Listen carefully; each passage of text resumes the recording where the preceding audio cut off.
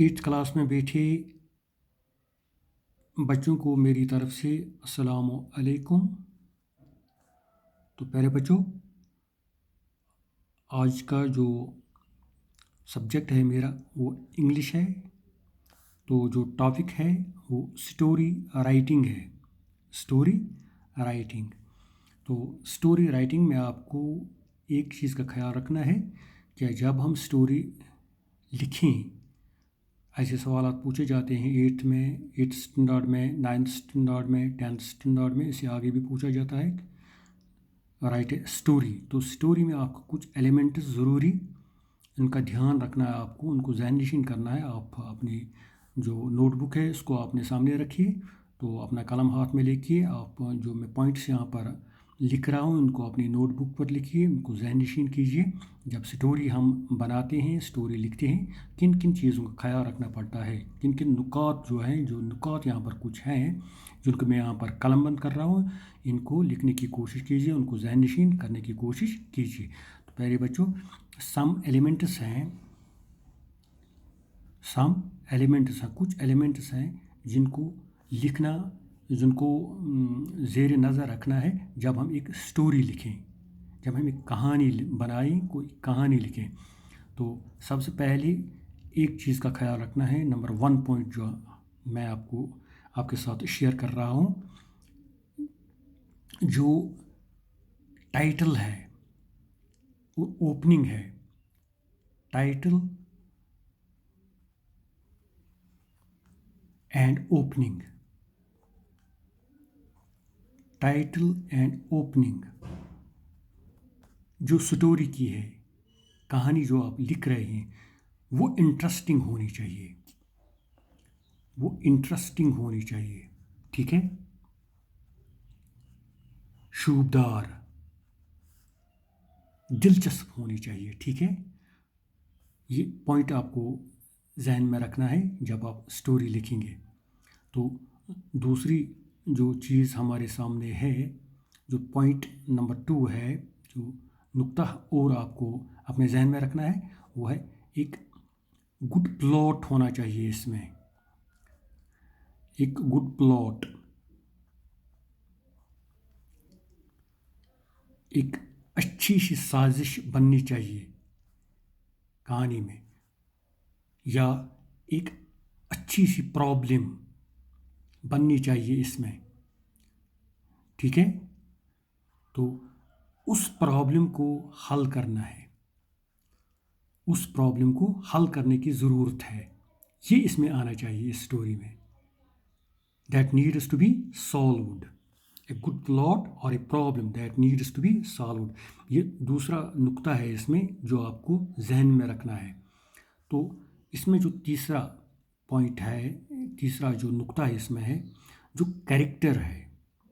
जैसे आप फिल्म देखते हैं, ये टीवी पर, या कभी सिनेमा गए हों, कभी उसका मौका आपको मिल गया हो, तो टीवी पर हम ज़्यादातर देखते हैं, हमारे सामने ज़्यादातर टीवी ही होता है।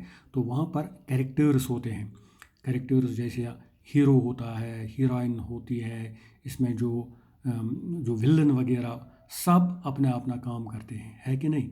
लेकिन यही कैरेक्टर्स इसमें आने चाहिए। इसमें जो कैरेक्टर्स होने चाहिए, कैरेक्टर्स जो इसमें आने चाहिए, ठीक है, तो ये स्टोरी को इंटरेस्टिंग बनाते हैं, ये स्टोरी को, कहानी को इंटरेस्टिंग बनाते हैं। तो इसमें कैरेक्टर्स ज़रूरी होने चाहिए। ठीक है, कैरेक्टर्स के बगैर स्टोरी नहीं बनती है। ठीक है, तो प्यारे बच्चों, इसी तरह आपको एक नुक्ता इसका भी ख्याल रखना है, जो एंडिंग होती है वो वेल थॉट आउट होनी चाहिए, वेल थॉट आउट।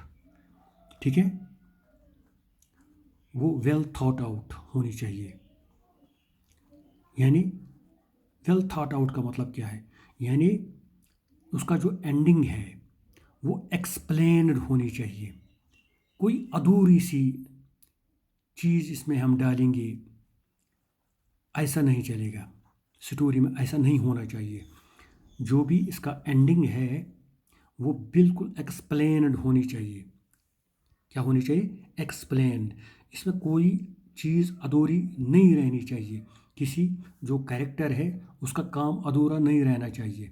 यानी जब जब एंड आएगा तो इसमें यह पता चलना चाहिए कि इसके आगे अब कुछ नहीं होने वाला है, ये तो पूरी तरह अब एक्सप्लेन हो चुका है, ये स्टोरी अब पूरी तरह एक्सप्लेन हो चुकी है। तो प्यारे बच्चे, इसी तरह स्टोरी में हमें एक चीज़ का ख्याल रखना पड़ता है, वो जो है सिंपल लैंग्वेज हमें इसमें यूज़ करनी पड़ेगी। जब हम लिखेंगे, जब हम लिखते हैं तो सिंपल लैंग्वेज इस्तेमाल की जाए, ठीक है? सिंपल लैंग्वेज हमें इसमें डालनी है। तो एक चीज़ का ख्याल हम इसमें रख सकते हैं, वो हम इसमें ऐड कर सकते हैं, बढ़ा सकते हैं, वो है जो एक्शन है। जो रीडर है, रीडर जब इसमें कोई एक्शन देखेगा, आप उसमें वो एक्शन डाल सकते हैं, ठीक है? कि कैसे हो रहा है और क्या हो रहा है, ठीक है? तो एक्शन से पता चलेगा रीडर को, पढ़ने वाले को, कि क्या हो रहा है, कैसे हो रहा है, क्यों हो रहा है, ठीक है? तो एक्शन आप इसमें डाल सकते हैं।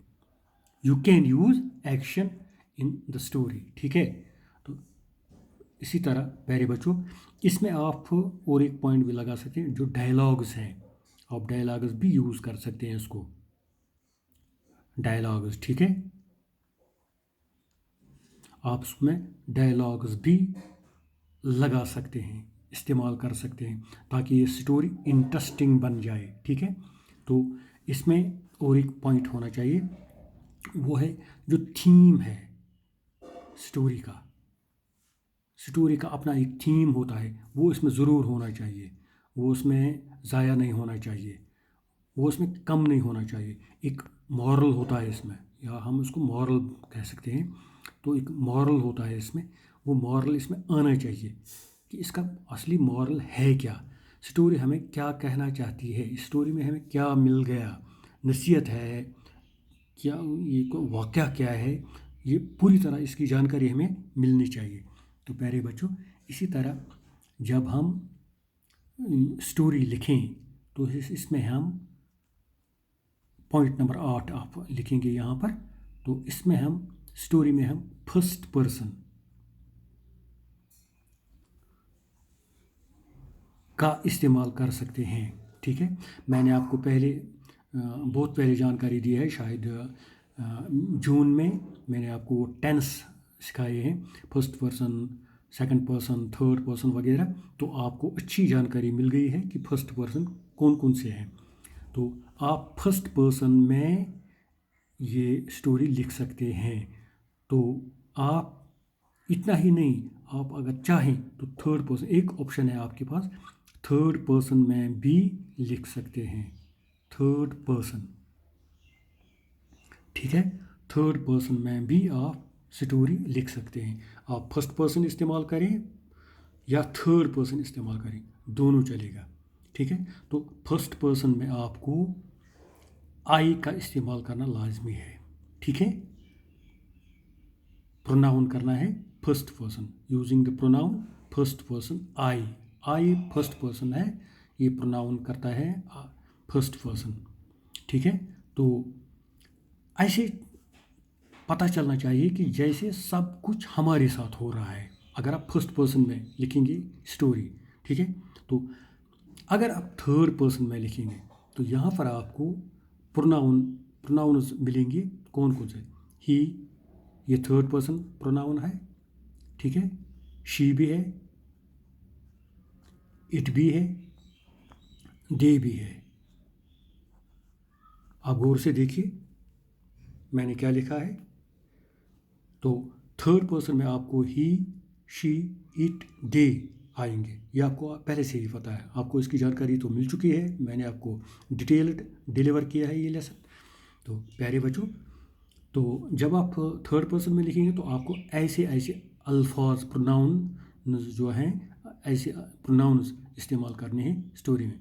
तो इस तरह से जब आप चाहें थर्ड पर्सन में, तो स्टोरी जब आप बनाएंगे तो हमें ये पता चलना चाहिए कि सब कुछ इन्हीं के साथ हो रहा है, अदर पीपल के साथ हो रहा है, दूसरों के साथ हो रहा है, ठीक है। तो प्यारे बच्चों, इसी तरह आपको और एक चीज़ का ख्याल रखना है। पॉइंट नंबर 9 मैं यहाँ पर लिख रहा हूँ। जब आप स्टोरी लिखेंगे, when you right a story, it should be either in the present. आप प्रेजेंट में लिखिए, प्रेजेंट टेंस, ठीक है। आप प्रेजेंट टेंस में लिखिए। अगर चाहें तो आप पास्ट टेंस में भी लिख सकते हैं, ऑप्शन है आपके पास। आप पास्ट टेंस में भी लिख सकते हैं, पास्ट टेंस यहाँ पर लिख रहा हूँ मैं, तो आप पास्ट टेंस में भी लिख सकते हैं, ठीक है। तो प्यारे बच्चों, एक चीज़ का ख्याल रखना है आपको, आप प्रेजेंट टेंस को शिफ्ट मत कीजिए पास्ट टेंस में, और पास्ट टेंस लिखते वक्त आप शिफ्ट मत कीजिए प्रेजेंट टेंस में। तब ये स्टोरी जो आप लिखेंगे ये बिल्कुल ये इसका जो अपना एक अंदाज़ होता है लिखने का, वो सब ज़ाया हो जाएगा, वो ज़ायल हो जाएगा, वो सही नहीं है, वो गलत हो जाएगा। तो इस तरह से आपकी स्टोरी गलत बन जाएगी। इसको शिफ्ट मत कीजिए, इस चीज़ का ख्याल रखना है आपको। प्रेजेंट टेंस में डालना है तो सारा प्रेजेंट टेंस में डाल दीजिए, पास्ट टेंस में डालना है तो सारा पास्ट टेंस में डाल दीजिए, ठीक है। तो ऐसा मत कीजिए कि आप प्रेजेंट टेंस चंद जुमले लिखेंगे तो शिफ्ट कीजिए, फिर बाद में बीच में आप जाएंगे पास्ट टेंस में, तो ऐसा बिल्कुल गलत है, ऐसा नहीं करना आपको, ठीक है। तो हम कोशिश करेंगे इंशाल्लाह, कल अगर मौका मिला तो हम एक स्टोरी खुद लिखेंगे, तो हम देखेंगे इसमें हम पास्ट टेंस में करेंगे या प्रेजेंट टेंस में करेंगे। तो आज के लिए प्यारे बच्चों इतना ही। इन पॉइंट्स को नोट कीजिए, मैंने लिखे हैं। स्टोरी आपको आती है, स्टोरी राइटिंग, तो आप स्टोरी लिख सकते हैं अच्छी तरह से, इन चीज़ों का ख्याल रखकर। 8-9 पॉइंट्स हैं आपके पास, इनको अच्छी तरह से देखिए, समझने की कोशिश कीजिए, ज़हन नशीन करने की कोशिश कीजिए। तो आज के लिए इतना ही। अल्लाह हाफिज़, स्टे होम, स्टे सेफ।